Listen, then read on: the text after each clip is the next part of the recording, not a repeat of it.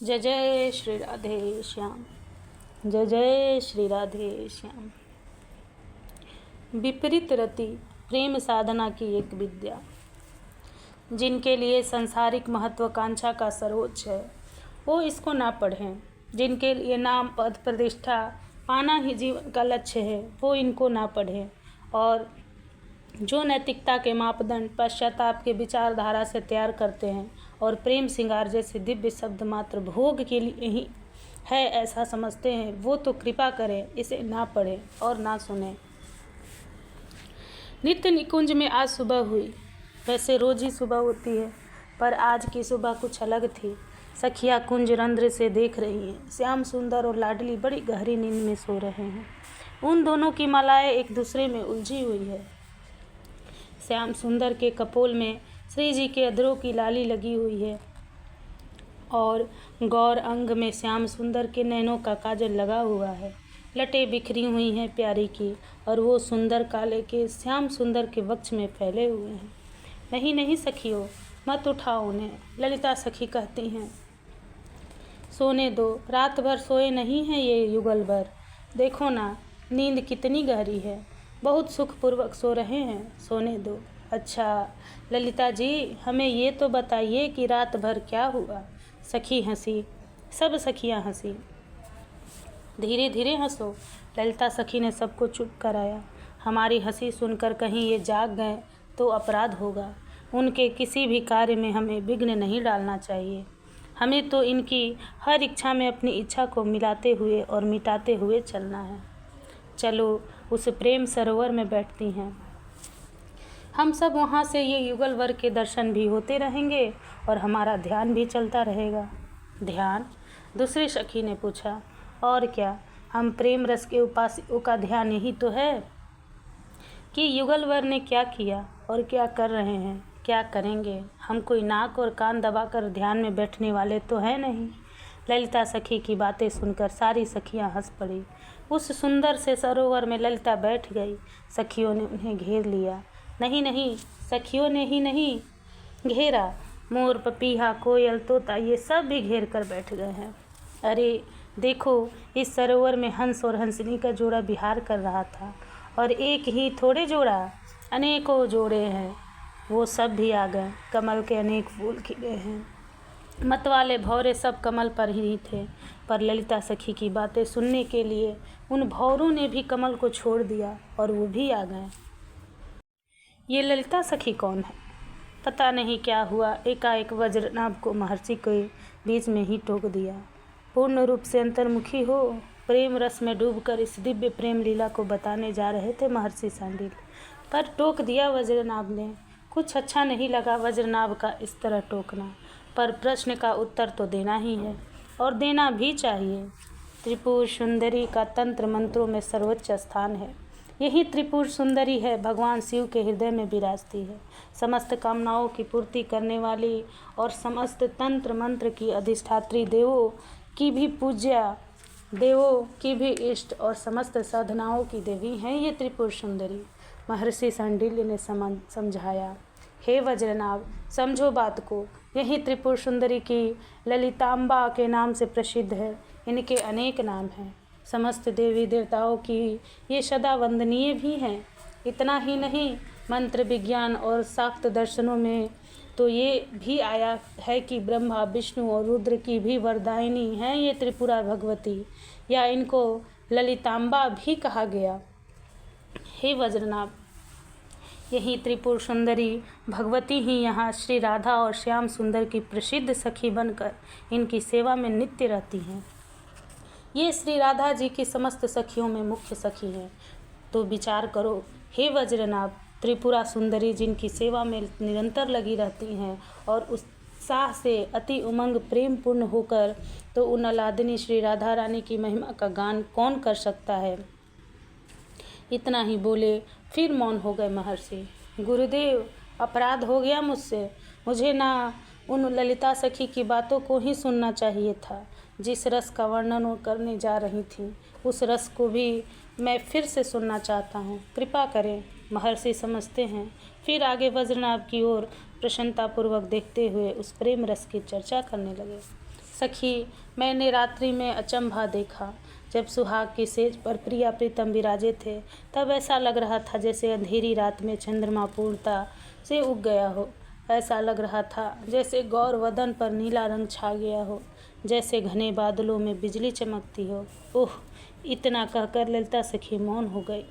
आगे कुछ उनसे बोला ही नहीं जा रहा था। पर सखियाँ भी ढीठ थीं, उन्हें सुनना था। प्रिया प्रीतम के सूरत संग्राम को सुनकर उन्हें उस प्रेम के रस में पीना था। ललिता सखी को सखियों ने बड़े परिश्रम से बाहर की ओर खींचा। युगल भर उठ गए। ये जैसे ही कहा, ललिता सखी तुरंत उठी। क्या उठ गए? तब सखियों ने ताली बजाते हुए कहा, नहीं उठे, पर अब हमें बताओ उस सूरत सुख के बारे में। अब हम तुम्हें छोड़ेंगी नहीं। उफ, क्या बताऊं? फिर बताने लगी कुछ देर बाद ललिता सखी। सुहाग की सेज पर श्री राधा रानी ने श्याम सुंदर को देखा। श्याम सुंदर श्री राधा रानी को देखते हैं। सखी, कुछ देर तक देखते हुए ये दोनों ही भूल गए कि कौन राधा कौन कृष्ण। पर पता है, उस समय चला जब दोनों आलिंगनबद्ध हो गए थे, दोनों एक दूसरे के बाहुपास में बंध गए थे, पर तनिक ध्यान उन श्याम सुंदर के गले में पड़े मड़ियों की माला पर गया।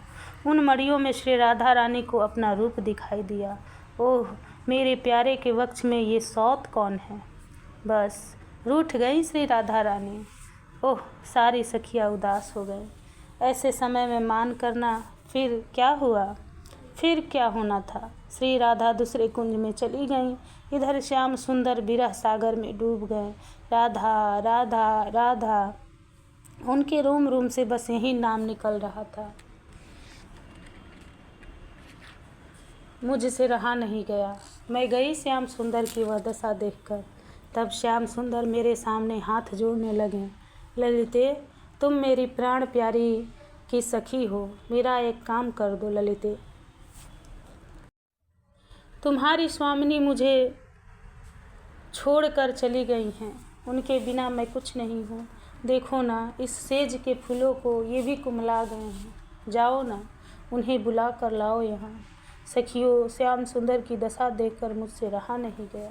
मैं गई उसी कुंज में जहाँ श्री राधा रानी बैठी थी, पर इनकी भी दशा विचित्र हो रही थी। ललिते, मेरी सखी, देख मुझसे अपराध हो गया, मैं क्या करूँ अब? ललिते, मैं भी कैसी ईर्ष्यालु स्वभाव की हो गई थी। मड़ी के माल में मड़ियों में मैं ही दिख रही थी, पर सौत समझकर मैंने उन प्राण प्यारे को कितना भला बुरा कहा। अब मैं क्या करूं? बताना, अब मैं क्या करूं? सुन, रो रही हैं श्री राधा रानी। ललिते, ले आ उन्हें इस कुंज में। जाना सखियों।